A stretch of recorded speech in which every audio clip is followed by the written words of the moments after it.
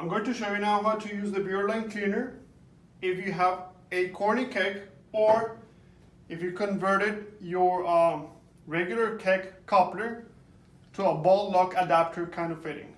So let's say your water line was connected here to the keg, or it was connected to a corny keg type of installation.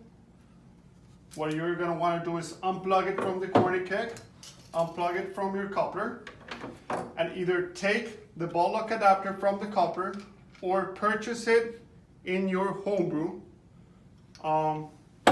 You're going to want to attach that to the tank like so. Once that's done, you can attach it to your beer line.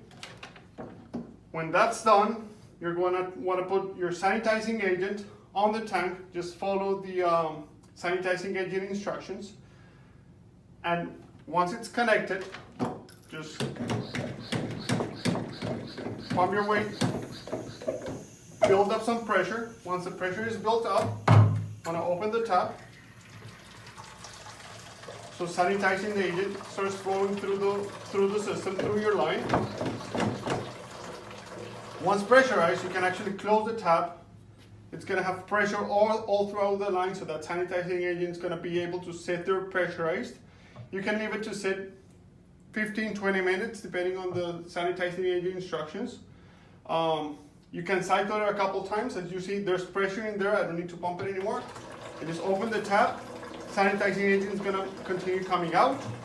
You can keep pumping and cycling through as many times as you want, so you can make sure all your beer lines are clean from bottom up, including a little bit of cleaning of the tap.